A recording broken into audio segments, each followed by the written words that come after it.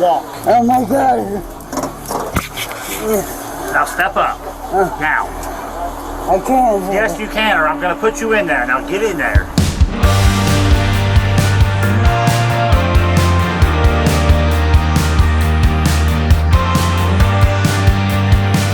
So we're going to put you back there. We're not doing this no more with you. So quit. You've been medically cleared, so we know that. Well, they say they want you gone, so you got to go. This is their property. You're going to get up and you're going to sit here. I'm going to stuff you in the floor. I can't breathe! I can't breathe! Someone I love slipped through my hands. Sit up, now. I'm wearing you out.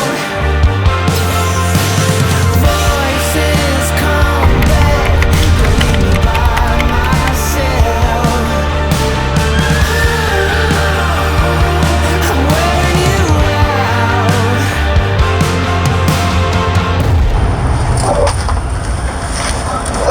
66, you being around to 41. Yeah, Gloria. I don't know if she's faking it or what, but she's not answering me.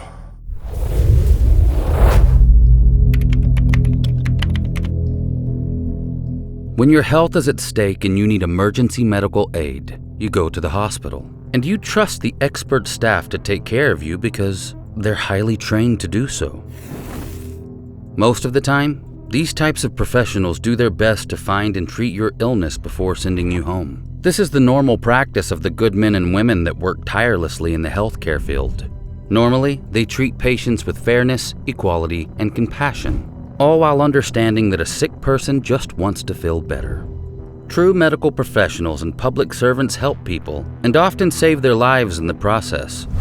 But when 60-year-old Lisa Edwards needed medical attention on February 5th of 2023, her horrifying experience left the public stunned.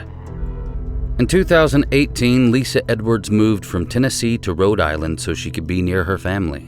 But she couldn't outrun her love for the Rocky Top State and, ultimately, decided to fly back to Knoxville in early February of 2023. Upon arriving in Tennessee, Lisa was going to be living with a friend. She was excited to get back to the state she loved and had everything planned out to the T. After she boarded her flight, the plane took off without any issues. Everything was going exactly the way Lisa Edwards wanted it to go. However, mid-flight, she began to experience severe and unbearable abdominal pain. As soon as Lisa's plane touched down in Tennessee, she was quickly transported to Blount Memorial Hospital for treatment. But shortly after she was seen, she was discharged. Still certain something wasn't right, Lisa sought further treatment from another hospital called Fort Sanders Regional Medical Center. But they too discharged her on the early morning of February 5th at 6:55, completely disregarding her protests and insistence that she needed medical intervention. Lisa begged anyone who would listen that she needed help. She repeatedly told people she was dying and begged for someone to save her life. Lisa had COPD and required an inhaler. She'd also suffered a stroke in 2019 and couldn't walk. Due to this, Lisa was wheelchair-bound. They asked you to leave, didn't they? Did the hospital ask you to leave? No, they said they want you to leave. You got to leave, though. They want you gone. No, they want you gone. Authorities say despite being repeatedly asked and eventually ordered to, Lisa refused to leave the premises. They acted like nothing was wrong with her. She insisted she was having another stroke or even a heart attack, but her cries fell upon deaf or uncaring ears. I know I can't even get to the door. You can't get where? Huh? You can't get to where? I can't get back up there. They don't want you back up there. They want you to leave their property. They want you to leave their property, ma'am. I can't even leave me off. Can I what? I don't know what to do, honey. You got to go somewhere. What? I had a stroke. Well, I don't. Who beat you up? The security guards in there, and there's the 3 nurses. So the people in the hospital beat you up last night. They did. They grabbed me out of my chair, ran my blood in the ribs, and my butt. Well, they say they want you gone, so you gotta go. This is their property. Well, I can't even get out of here. You're gonna have to figure something out. Cause ain't no need for you to go to jail over some nonsense, but you gotta leave. I know. I can't get in your truck. No. I can't walk. Why can't you walk? I've got a stroke on my left side, and my ankle shattered. Your ankle shattered, Yes, and they kicked you out. yes.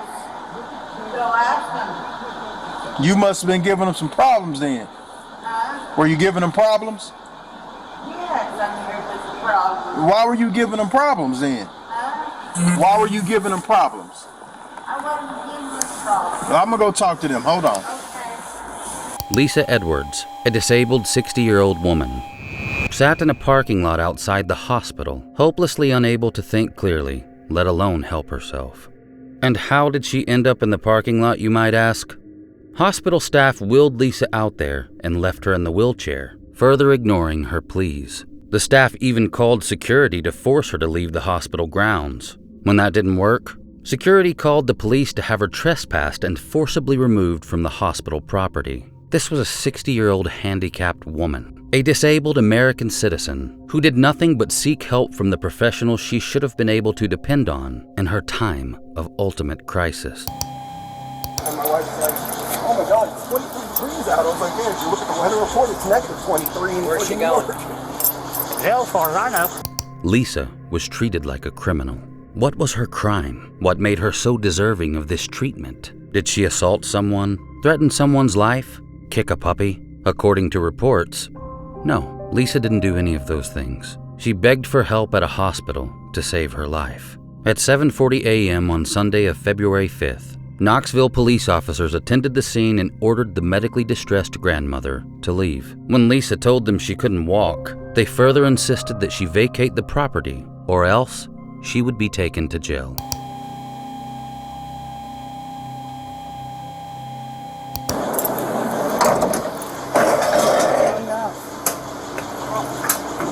Jail. Confirmed. All right, young lady. Go ahead, we'll help you. Okay. Okay. Okay. Come on. She's not strapped in there, is she? Oh, yeah, I am. My bag. My bag. Oh, no. Please don't let me fall again. Strapped his back in his back. Well, she cut on that. That's what it was. Please don't let me fall.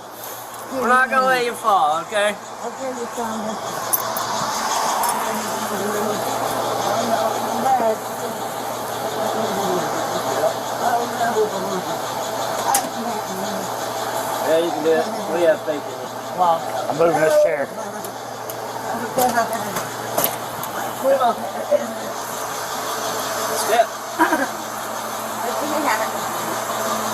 Almost there. Oh no! Oh no! I need you to step up, I okay? can! Yeah, you have to. Pull me back! Big step. I can't.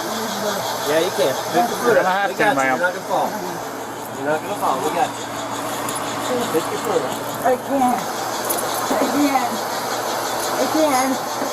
I can't. Oh my God. Oh my God. Just make it for me. Oh, okay. Ma'am, you're gonna have to get in so we don't have to push you in. Okay. Big step. Come on. There you go. One more time. One more. No, I can't. Yeah, you can. Can't never could. Come on. Hang on right there. Hang on right there. I can't. You got it. If you get in there, you can sit down. Stepping on her shirt, her jacket. Oh my God. I gotta go down. Oh my legs. Well, that's all that progress will. Ma'am, listen, you're gonna have to get up there because we're gonna have to physically put you up there if not. And that's not as nice. So please help us help you. Oh my God. You've been medically cleared, so let's get in. My foot's raw. I can't. You're gonna break me. Yes, ma'am, you're going to have to get in My there. ankle. I can't breathe. You've been medically cleared, ma'am. This is not going to work. So we need you to help My us. inhaler. Ma'am, you need to get in there. My inhaler. See it right there. You weren't having these breathing problems earlier when you're out here smoking a cigarette. They seemed to think she was refusing to leave, but the truth is, Lisa couldn't leave. Officers seemed to think Lisa was putting on an act. After all, the hospital had medically cleared her, but apparently no one had mentioned that Lisa was wheelchair-bound, and no one had bothered to call her family or friends to arrange transportation for the helpless woman. The medicine portion of She's in a inhaler, but she got 17 packs of cigarettes. Isabella Circle. Yep, you could have gave her right. You still live at Isabella? She told us she doesn't live there anymore. No, stop. Okay, it's not working. Okay, just stop. Okay? We're not doing this. So we're going to put you back there. We're not doing this no more with you. So quit. You've been medically cleared, so we know better. My foot. Listen, you're getting in there one way or the other, so stop. You're pulling against us. Quit. Now get in. I'm going to put you in there if you don't help us, ma'am. Now stop this. Okay. Just turn around, walk back. Turn around. Oh my God. Walk. Oh my God. Now step up. Now. I can't. Yes, you can, or I'm going to put you in there. Now get in there. Let me in. Don't reach on my head. Let me in. You can hurt me. Get in the daggone. Okay. Oh my Jesus, Lord, Mary, goats. You don't have an inhaler. Well, we can't find it. We've looked everywhere. We can't find it. Oh my God. Oh my God. Oh my. You do not have an inhaler, but you have 6 packs of cigarettes, ma'am. I do have my. Ma'am, I'm going to ask you to stand up, and I'm going to ask you to help me one last time. You can stop. I've had enough. Get up. Use your legs. Stop. Now you're starting to piss me off. Get up. Oh my foot, I just said. Okay, give me up. You have to use your legs and quit. No, you're not. Use your legs. I can't. They're Yes, broke. no, they're not. They are. You can leave me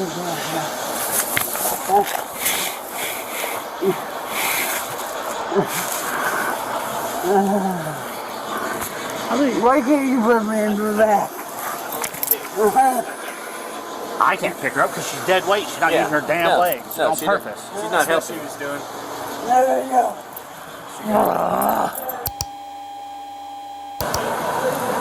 You're going to have to come help me get this woman in this. Because she's nothing but dead weight. Huh? As soon as we grab hold of her, she goes dead weight. I need more muscle. Oh my God. You talk to him. This is not mine. I'm just trying to help. I can't breathe. There's not enough people. There's not enough room to get.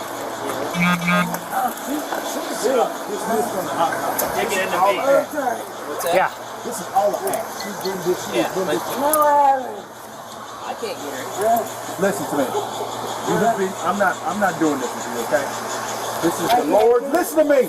This is the Lord's day. All I want to do is give you some coffee and some oatmeal. We're not going to deal with your mess this morning.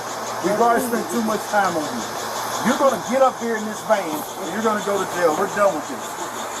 I'm tired of this dead weight crap. Listen to me. You're going to pick your legs up and you're going to get in here. Okay, yeah. There's not enough room for him to be in there. Yeah, no, that's the whole Pick problem. her up. I mean, it's not. It's room for one.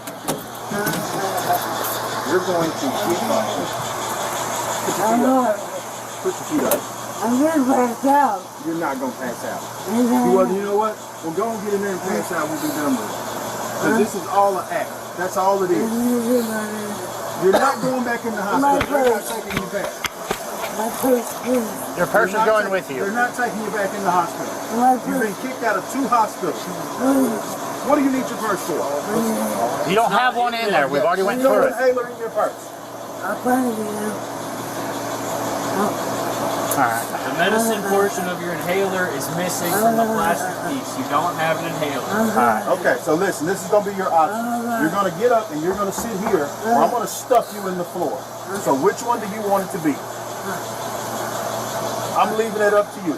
You either get your butt up here, or you're going to have your head there and your feet here, and we're going to close the door and you're going to drive to jail like that. My blood here. Oh my God. You guys can't do this to me. Oh my God, dear Lord.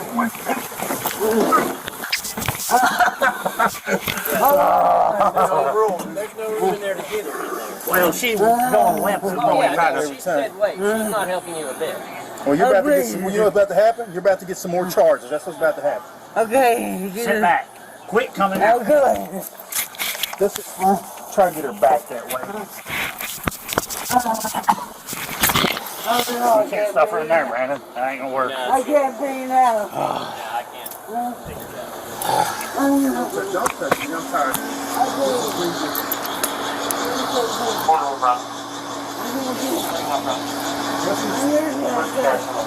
What's in the back, Danny? You think we can get her in the back easier? Yeah. Oh God. I don't know if she'll clean the seats and it would be able to get her out. And if her breathing stops in there. She's so round. But I'm thinking one of us could back in, one of us could grab lower, one could grab upper. Once she's in there, I won't be able to get her out. Somebody will have to drag her out. Hey, bud. Is that other portion open with the lock on the other side? No, this is it. I don't know if that would open or not, so we can sneak out and drag her in. Yeah, I'm trying to figure out. Get her up in here. I could climb back over. Hey, Brandon, come here and look at the back and see what you think. We'll get up and run off now. Good, problem solved. If something happens to her back, that's on you. I'll tell you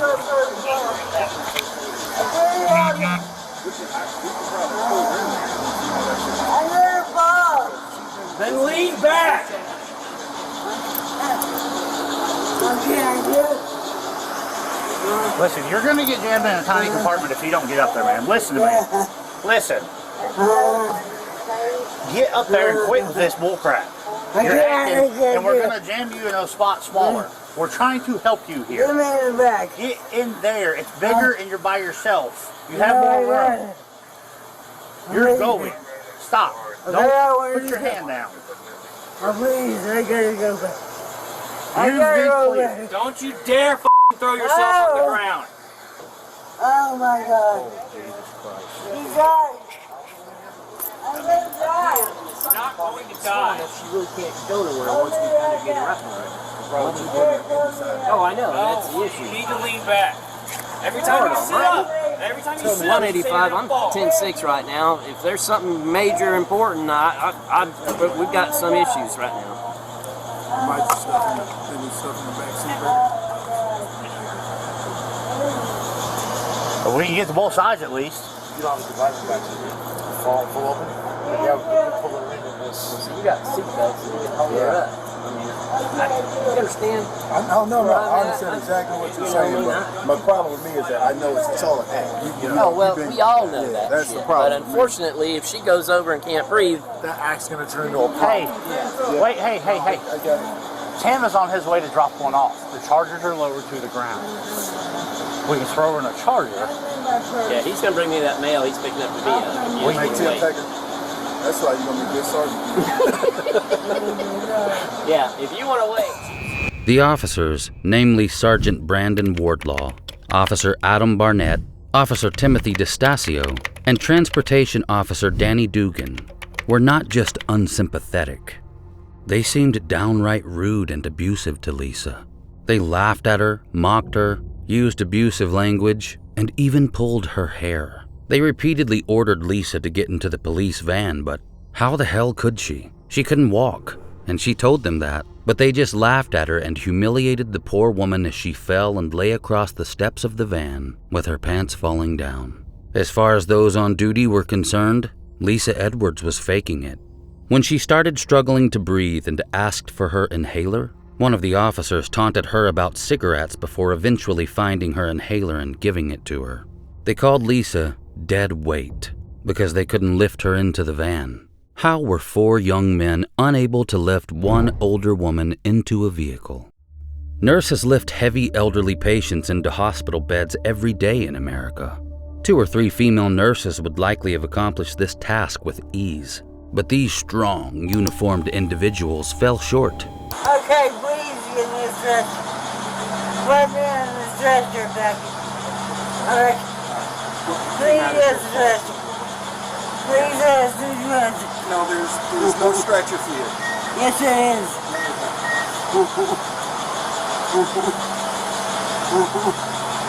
I'm gone. I'm sick.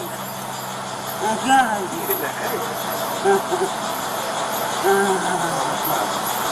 Oh my God. I'm going back to the report that she originally started. And oh my God. Can you get to it? Oh my God. On the CT. Afterwards. What is the name again? I get the name. Please. The inhaler. Please, sir. What's the matter now? Please, inhaler. Need your inhaler again. All right. Can you please use it the correct way this time? Yes. Because you have not used it the correct way. Because I myself have an asthma inhaler, and I know the way that you used it is not the correct way. I got one too. Oh my God. I know. Please help me set it up. Sir. Why? Help me set it up. Please set it up.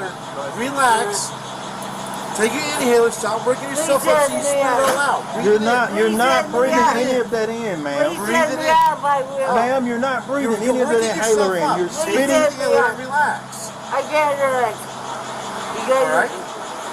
You guys are gonna let me die.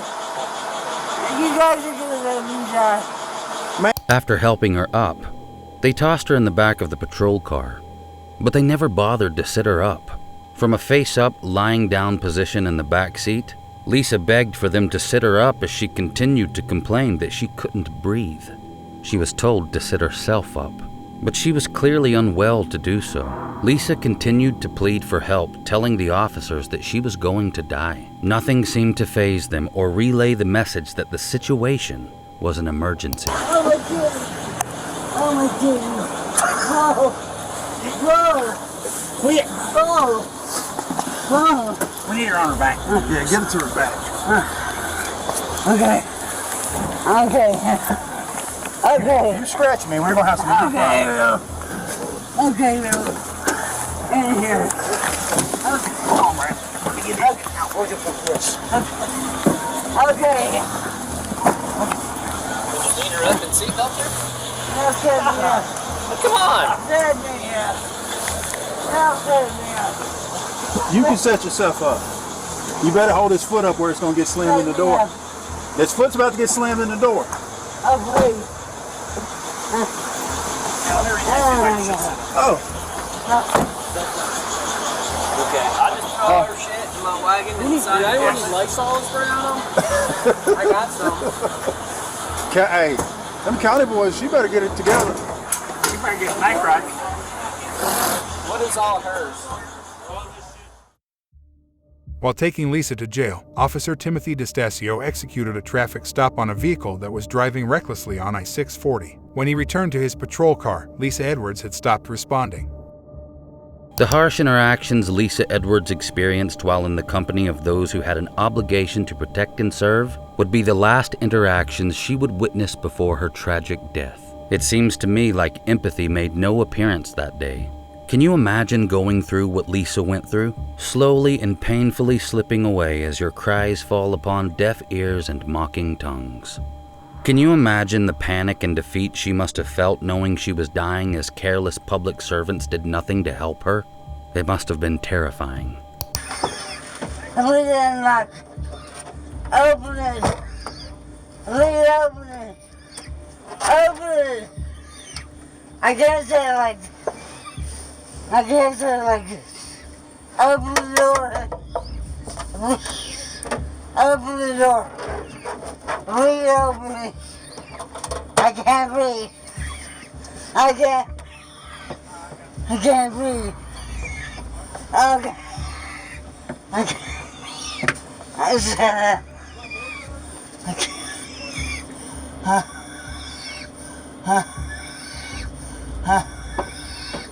Set up.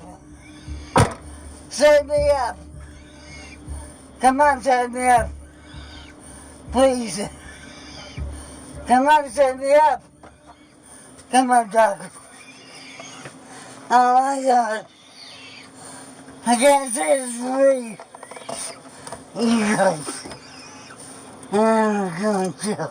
When the driver of the patrol car finally realized Lisa was completely unresponsive in the back, he radioed into dispatch, who advised him to take her to the same hospital that had just dismissed her. They placed her on life support, but sadly, she died the following day. The autopsy report stated that Lisa died from an ischemic stroke due to atherosclerosis cardiovascular disease. An ischemic stroke is what happens when the blood supply to part of the brain is reduced or interrupted. This prevents brain tissue from getting air and nutrients.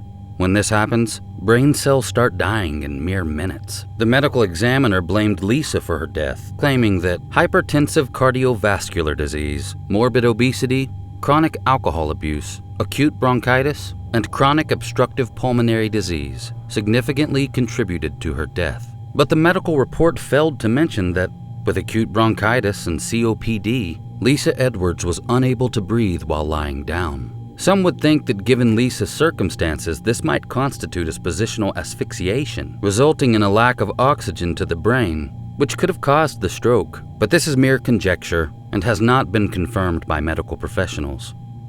Hey, are you up?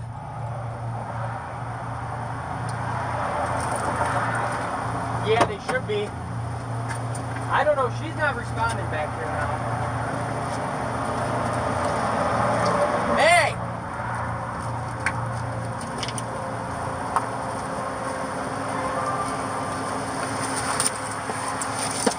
Hey! 41 Bravo. Good. Can you start me a 47 here emergency, please? For a different incident. Hey, come on, sit up! Can you advise what for? Female unconscious. Did you all get off the Broadway exit?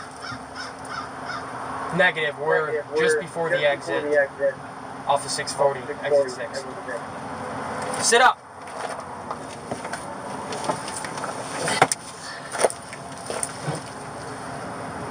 20 to 41, is it your prisoner that's unconscious or the driver of the car you stopped? My prisoner. My prisoner.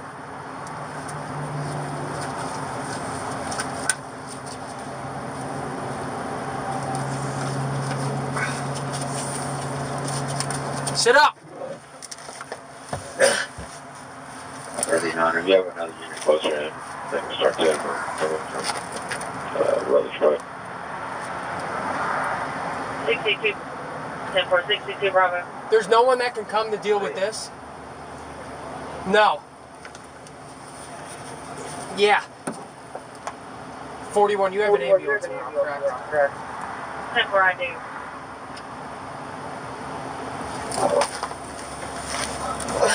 1062, can you be in route to 41? Yeah, for you. I don't know if she's faking it or what, but she's not answering me. I don't know if she's faking it or what, but she's not answering.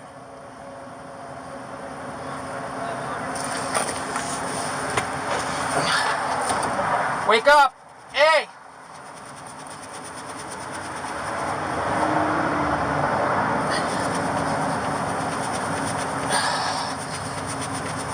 Wake up!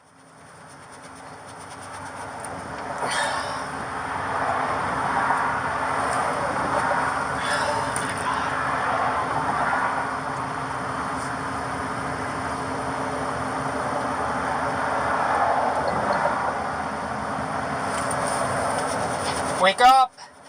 Come on!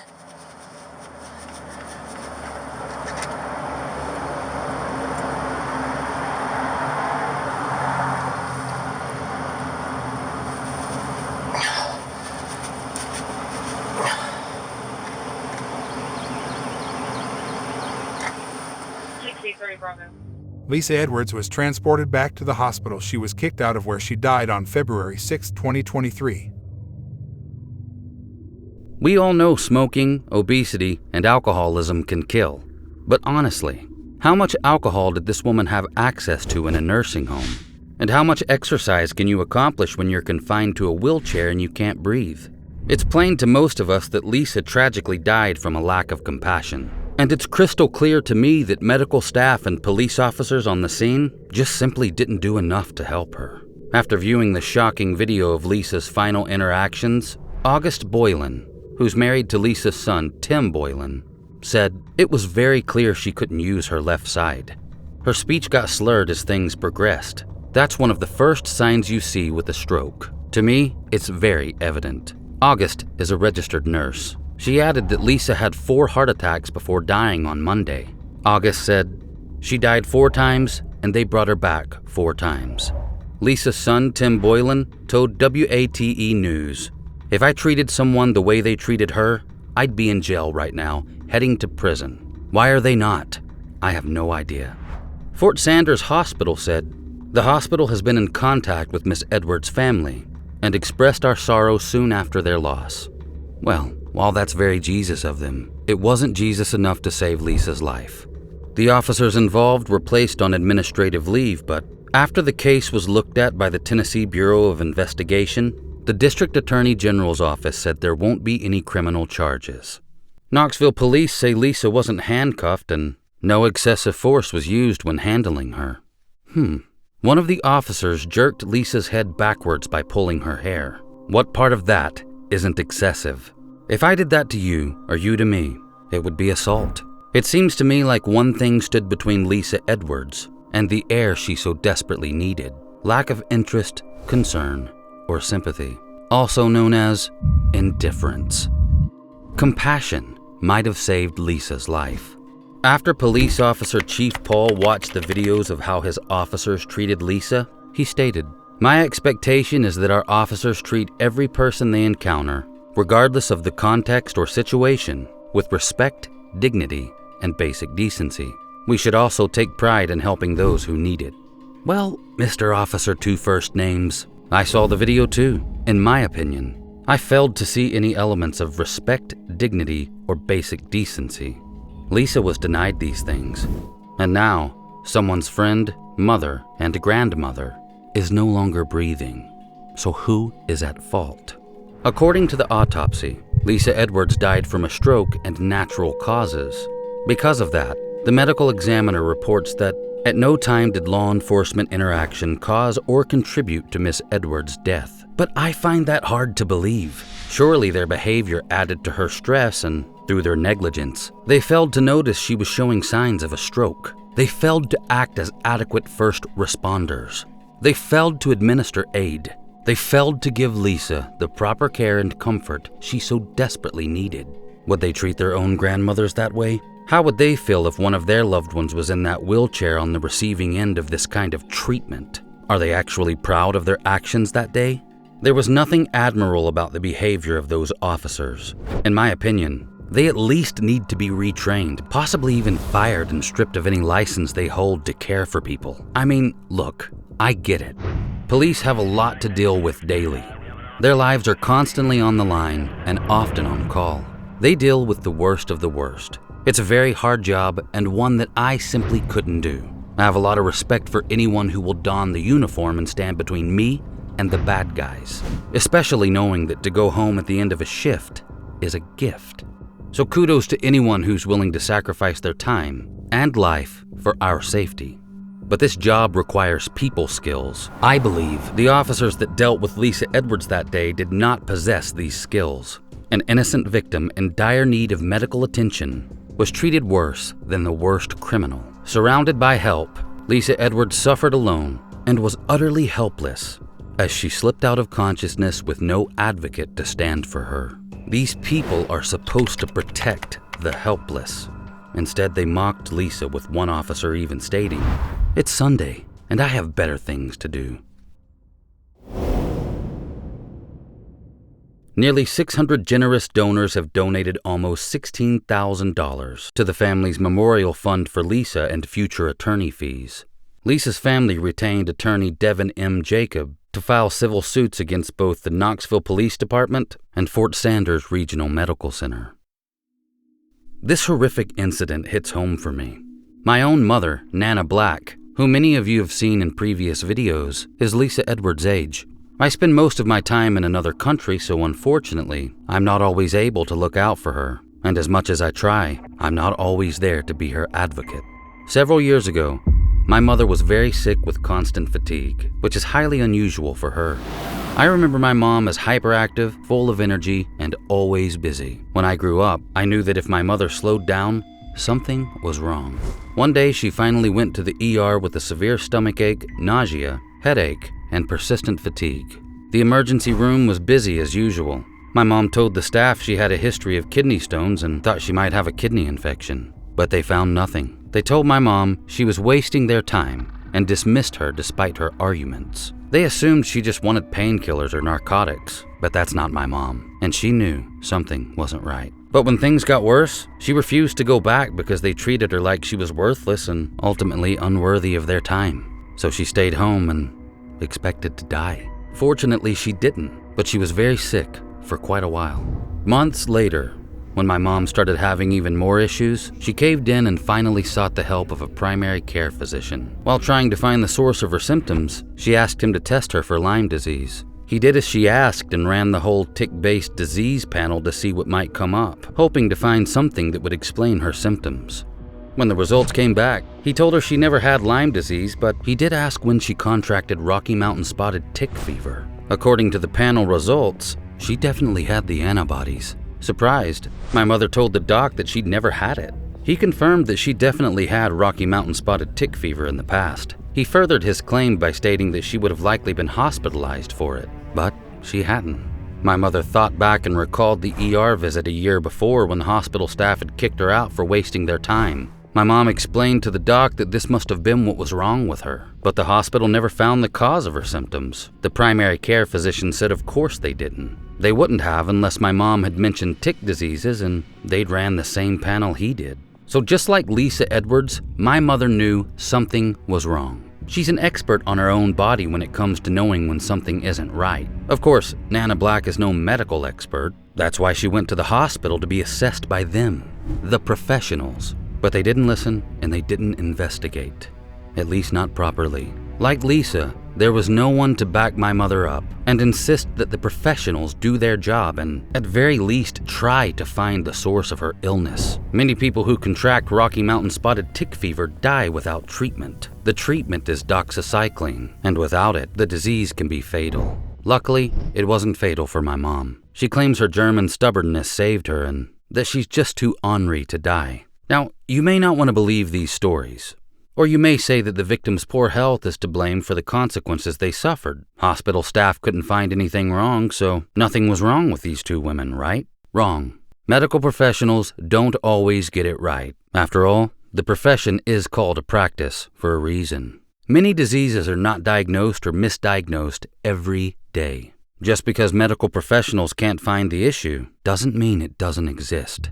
Let's take a look at a case from 2016. On December 21st of 2016, just 2 days before Christmas, 57-year-old Barbara Dawson was fighting for her life in a hospital parking lot rather than preparing for Christmas with her family. The events that day played out in a similar fashion to the events leading up to Lisa Edwards' demise. Barbara went to Callahan Liberty Hospital in Blountstown, Florida, complaining of severe stomach pain. Hospital staff checked her out and dismissed her, but Barbara refused to leave. The staff called the police to her room where Officer John Tadlock told her, "You can walk out of the hospital peacefully, or I can take you out of the hospital." You can either walk out of here peacefully, Oh my God. or I can take you out of here.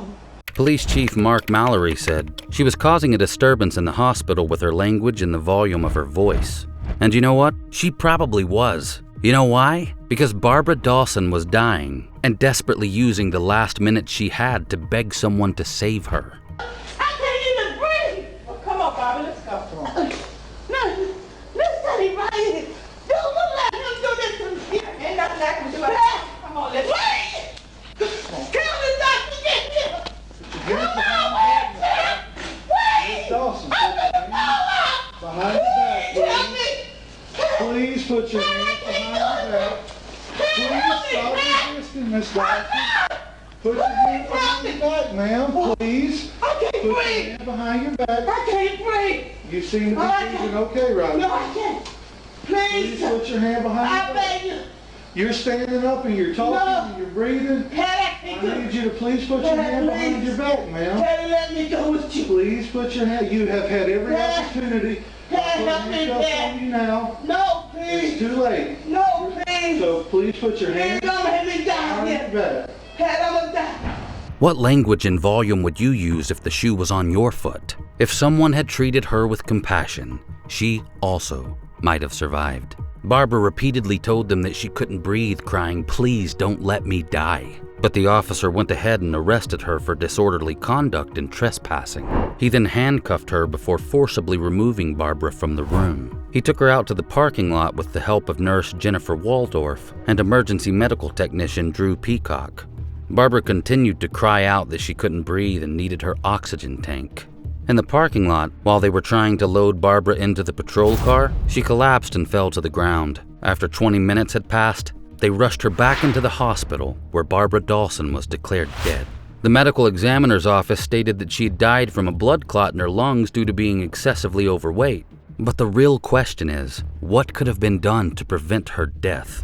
The Mayo Clinic, who had nothing to do with these cases but is a great source for medical information, defines a pulmonary embolism as a blood clot that blocks and stops the flow of blood to an artery in the lung. In most cases, the blood clot starts in a deep vein in the leg and then travels to the lung. Rarely, the clot forms in a vein in another part of the body. A pulmonary embolism can be life-threatening. However, prompt treatment greatly reduces the risk of death. Some symptoms of a pulmonary embolism include shortness of breath, being unable to catch your breath, chest pain, fainting, lightheadedness, dizziness, excessive sweating, and others. Barbara was experiencing some of these symptoms, namely breathing issues, before she collapsed in the parking lot. Anyone can get blood clots, regardless of their weight. Skinny people and healthy people get pulmonary embolisms all the time. Yes, certainly weight can increase your risk. Being overweight is definitely not a healthy thing, and it's true that Barbara Dawson was a hefty woman. But many other factors, including surgery, pregnancy, supplemental estrogen, long plane trips and car rides, all can lead to an embolism. The sad fact is that 1/3 of people who have pulmonary embolism will die without treatment. I think Miss Barbara Dawson proves that point. But she didn't have to be part of the 1/3. The hospital said, a pulmonary embolism is often immediate and fatal. It is difficult to detect and can be impossible to treat. They also stated that they continue to grieve the loss of a patient and a member of the community. And I'm sure they do, now that her demise is a blight on their reputation. But the hospital's reputation didn't appear to matter that much when they were asserting their superior intelligence and waiving their authority by treating this woman the way they did. The family's lawyer, Benjamin Crump, said, "There wasn't a dry eye when they listened to the last hour or so of her life." He was referring to the video of Barbara's interactions with the police officer.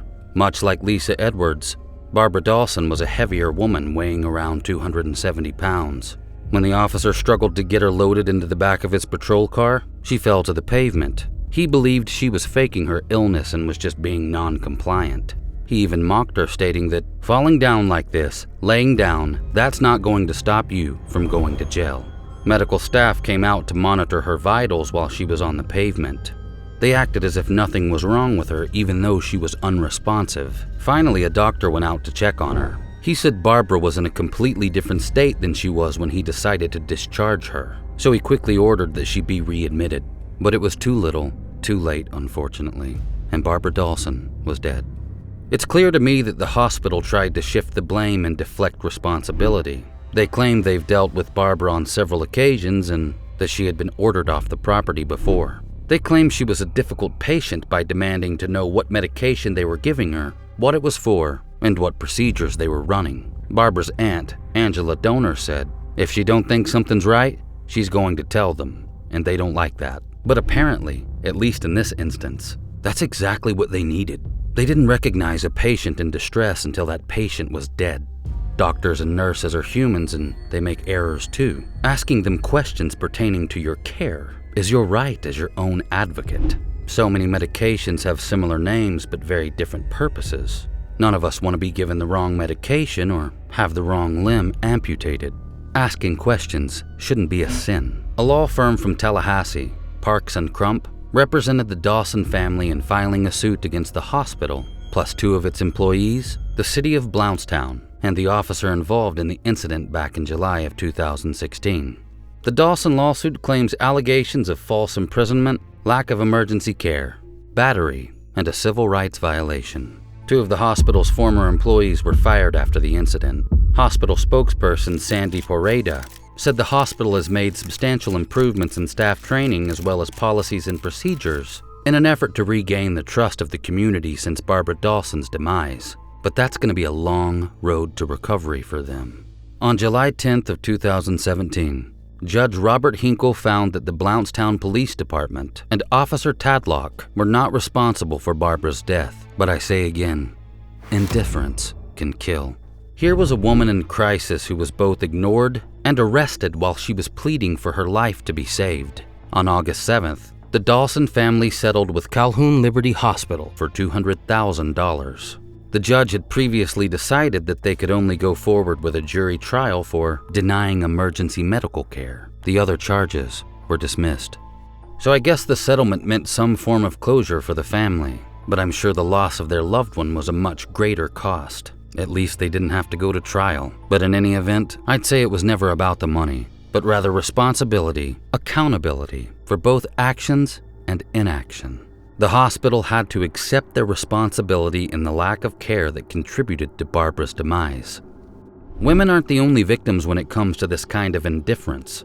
On December 18th of 2022, in Springfield, Illinois, Earl Moore, a 35-year-old alcoholic who was trying to kick the habit cold turkey, was subjected to indifference by EMS personnel. Just like Lisa and Barbara, Earl paid with his life. A call was placed to the Springfield Police Department because Earl was experiencing hallucinations due to alcohol withdrawal.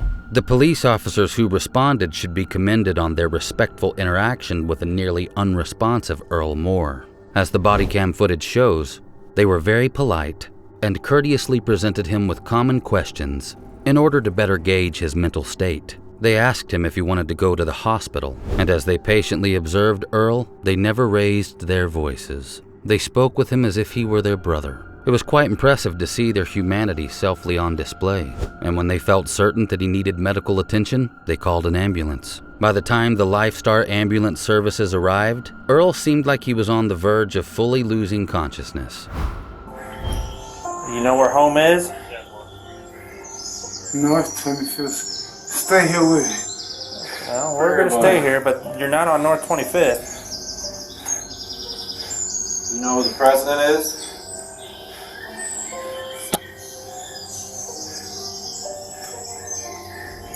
You know what year it is, bud?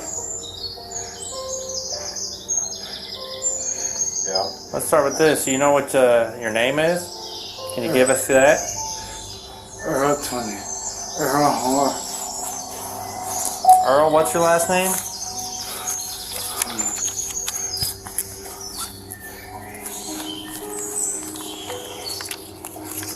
What's going on with you, my man? The two EMS workers, Peggy Finley and Peter Cadigan, treated Earl as if he wasn't worth their time. They insisted that he had to walk out to the ambulance if he wanted to go to the hospital. Peggy Finley yelled at Earl to quit acting stupid and, "I'm seriously not in the mood for this dumb shit." Police stood by quietly to assist while Peggy insisted, "We ain't carrying you." She and her partner Peter Cadigan didn't carry a stretcher into the house for Earl Moore either. Instead, they left it in the yard. They didn't even attempt to help Earl get outside. The police officers got on each side of the man and basically carried him out themselves while coaxing him to use his legs. But he seemed to have no strength and his legs just kept buckling underneath him. We're acting stupid. Sit up. Sit up now. I am not playing with you tonight. Sit up. What is your birthday?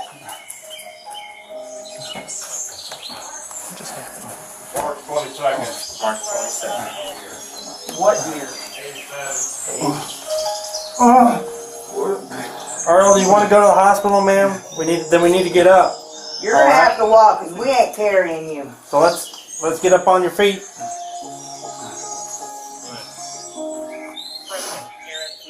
Because I am seriously not in the mood for this dumb shit. You can walk. Come on. Let's stand up. Come on, let's go, Earl. I know you can do it. I've seen you do it. I said, no. Stand up. Use your legs. Come on, Earl. We'll get you some help, bud. Let's take the coat with them. Yeah, I got your coat. Come on. Wait. Nope, we're not doing that. We're going to the house. Only way we're going to get you is if we walk through the house. Come on, Earl. You're not dead weight. Maybe we are. All right. No, we're just being lazy. Get up. Or you can stay here. If you want to go to the hospital, man, you got to help us out a little bit.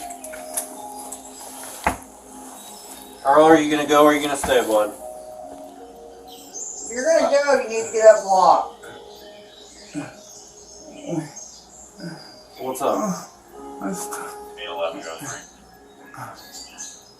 What's up, buddy? You want to go? All right. As Earl kept dipping down, the officers kept gently lifting him back up to his feet. Finally, after several falls, they got him outside, off the porch, and close to the stretcher in the yard. The weak man simply fell across the top of it on his belly. The two EMTs tightly strapped him to the gurney, face down, and loaded him into the ambulance. According to Memorial Health, a patient should never be transported face down. When Peggy Finley radioed the hospital to let them know they're coming, she told them she wasn't going to take Earl Moore's vitals because she didn't want to poke the bear. So his vitals were never monitored in the ambulance. Unfortunately, in that position, face down and tightly confined, Earl couldn't breathe and he died of asphyxia. Hospital staff tried to resuscitate him, but he was officially pronounced dead an hour after arriving. Teresa Haley, president of the Springfield branch of the NAACP, said that Earl was shown no compassion whatsoever and that he should be alive today. She is absolutely correct, in my opinion. In a press release, Springfield police said, the officers took steps to assist the patient, to get him the care he needed, even waiting on the scene to ensure the medical personnel loaded the patient into the ambulance. The officers, who are not emergency medical professionals, are not trained nor equipped to provide the necessary medical treatment or to transport patients in this type of situation. Yes, the officers were very professional and courteous. They even performed duties that weren't exactly defined in their job descriptions, but they did so anyway out of respect for this poor man who was simply trying to get his life back on track. That's called humanity. It's the opposite of indifference in many ways. The autopsy report showed that Earl's death was a homicide caused by compressional and positional asphyxia. On January 9th of 2023, State Attorney Dan Wright charged Peggy Finley and Peter Cadigan with first-degree murder. The pair were held in jail on $1 million bonds. They faced 20 to 60 years in prison, years of which could have been avoided with just a few minutes of compassion and a moment of consideration for Earl Moore. Once again, civil rights attorney Ben Crump and his partner Robert C. Hilliard filed a wrongful death lawsuit on behalf of the Moore family. The suit is against both paramedics and their employer, Lifestar Ambulance Services. But the drama doesn't end there. In an effort to save her career and win back her freedom, Peggy Finley wanted police to tell hospital officials that Earl Moore was confused and combative when the ambulance arrived at his home. But of course, police videos show that he was barely able to respond, let alone fight anyone. On January 20th of 2023, Judge Raylene Grischow ruled that there is probable cause to charge the paramedics with murder. Bail was reduced from $1 million to $100,000, so the pair would only need to come up with $10,000 to be released until the trial. These cases prove just how important it is to have an advocate with you when you go to the hospital. But it's sad to think you may need someone you trust sitting by your side taking notes when you're in the company of those whom you should be able to trust to save your life. This shouldn't be something you have to worry about in times of a medical emergency, but these stories are proof of a cause for concern. Is it likely that medical staff or other public servants will treat you this way? No, of course it's not. Regardless of what the media tells you, most of these professionals are there to help, not hurt. But on the other hand, no one thinks it can happen to them until it's too late.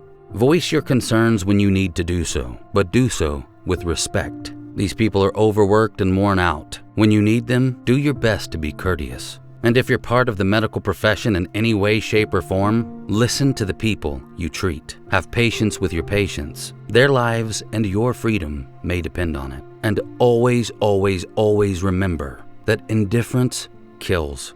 This was certainly the case for the victims in this story. Rest in peace, Lisa Edwards, Barbara Dawson, and Earl Moore.